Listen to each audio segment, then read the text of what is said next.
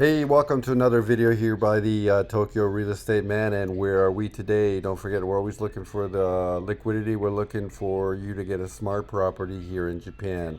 Okay, there's all those options you see on those other like Instagrams, like Cheap Houses Japan. Okay, if you want to buy a lemon, you want to buy one of those places, it's fine, but you never get your money out of it. You never. So we're here today. You got to buy in where the Japanese, or popular Japanese, like people, Japanese society with money wants to be. And here in today, if you don't know, this is Shinjuku Station. And this listing just kicked off right here, right away when I opened up my Yahoo Fudosan. Fudosan in Japanese is real estate. This is Japanese, like Yahoo Real Estate Japan. And this unit here kicked up for Nissan Hyakahachiju. You say that in Japanese. Let's say that's about $160,000 US for an apartment here in Shinjuku. Let's kick off the listing right here and have a look at it. I guess there's two units in the building, one for you say 3,280 mon, and one for 2,180 mon. Let's look at both of them real quickly. Okay, so yeah, as we saw, this is in Nishi Shinjuku. If you've been to Nishi Shinjuku, there's a lot of little kind of really cool skyscrapers there. And let's have a look at this here. What we have here first, the management fees are 64 a month, and the repair fund fees are 74 a month. So you're looking at 150 a month to be in that building. If you don't live in Japan, you're a foreign investor, you're not going to be able to get a loan. So you got this will be a cash payment of $160,000. 22 meters in Shinjuku. You probably can rent this for 80,000 or 90,000 yen per month. It's on the third floor of 11, so it's close to the Yamanote line. The Yamanote line is that's the first one here. Okay, that's the circle line, and the second one here is the Oedo line.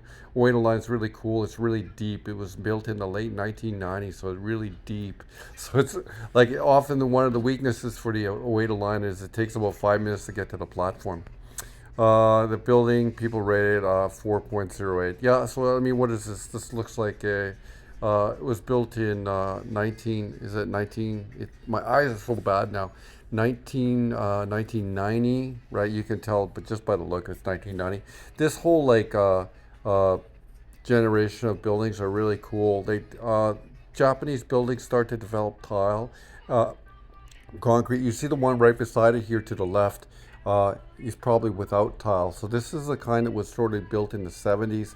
And then they started to use tile over the concrete as a preservation method for the building. And it's really worked out really well for the entire design. And you see this in the 1990s building. There's really a lot of great tile work. Yeah, there's nothing to it. It's just a 22-meter little apartment. But for $160,000, you get yourself into Shinjuku. That's not bad. That's not bad. There's nothing much to this kitchen. Okay, there's nothing much to it. You could probably even rent this. To keep in mind that most buildings like this, you're not basically going to be allowed to do Airbnb at all. But you can rent for. It is not illegal for you to rent 1 month at a time. 1 month contracts in.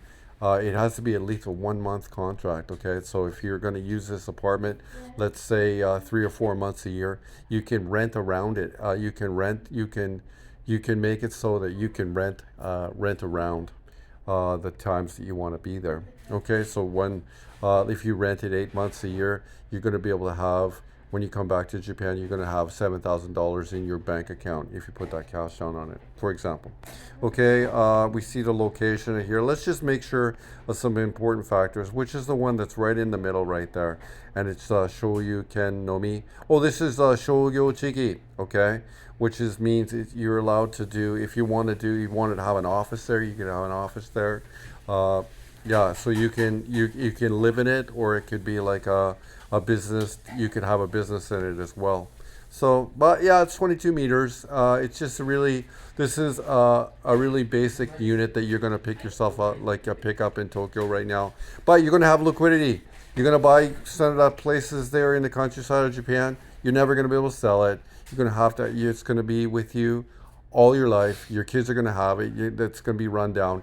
At least a building like this. Let's say you're my age, 50 something, okay, and you have X amount of life left in you. You can always leave this to your kids and they'll be able to sell it, okay?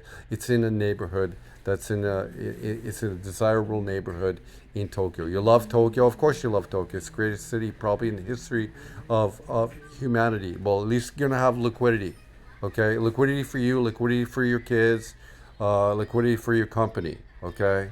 So, like, you have to start investing in, when you're investing in property in Japan, you have to be a smart property Japan investor. Okay, there's no need to go all that cheap houses in Japan. What if those were in demand, Japanese people would be buying them, but they're not.